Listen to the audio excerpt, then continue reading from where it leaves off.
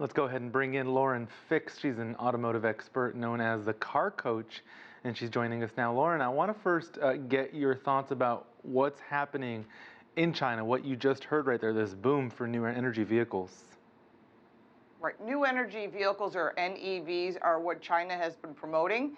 And for many years, they've been offering government incentives to help consumers purchase the cars, even though manufacturers have been taking a loss.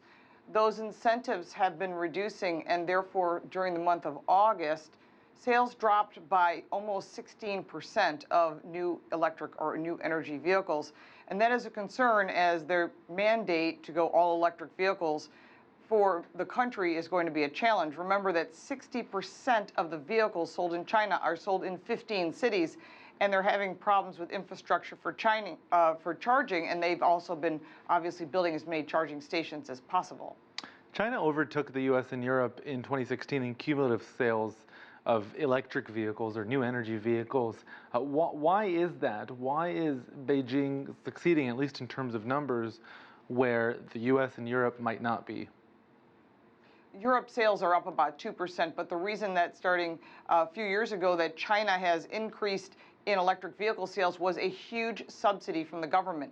This was used by people who were choosing to purchase new vehicles. They were getting almost up to 50% off the cost of a vehicle by using the subsidy. But the subsidy is going to be gone by 2020, and they keep reducing it quite dramatically. So consumers are taking a second thought on whether they want to purchase these vehicles. On top of that, there are new emission standards coming in play, and people are deciding to keep the vehicles that they have rather than purchasing new ones.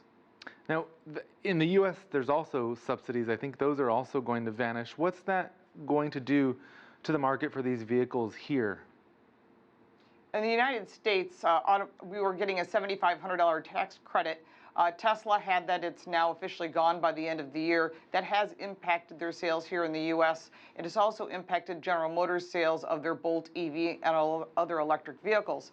One thing to keep in mind is if that electric incentive disappears, that $7,500 tax credit, some states will offer $2,000, where consumers won't buy these cars unless there's a discount to them. And who's typically buying them are people that make well over $100,000, especially when it comes to a Tesla specifically.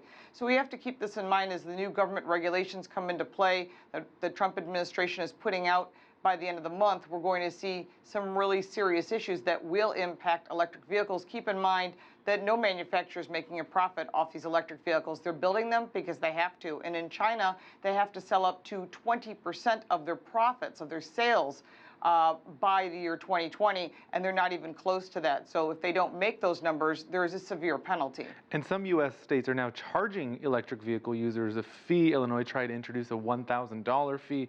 It's meant to offset lost revenue from gas taxes that help pay for state roads. But do you think this approach is wise? Well, I think that the problem is that we are losing gas taxes. The roads are in terrible shape across the country, and they are increasing the cost of electricity. You're not going to get electricity for free any longer, but one of the things you are going to see is a by-the-mile charge, and that's going to make it more expensive for people that purchase plug-in cars thinking they were being able to get away with it. All right, Lauren Fix, the Car Coach, thanks so much for your insight.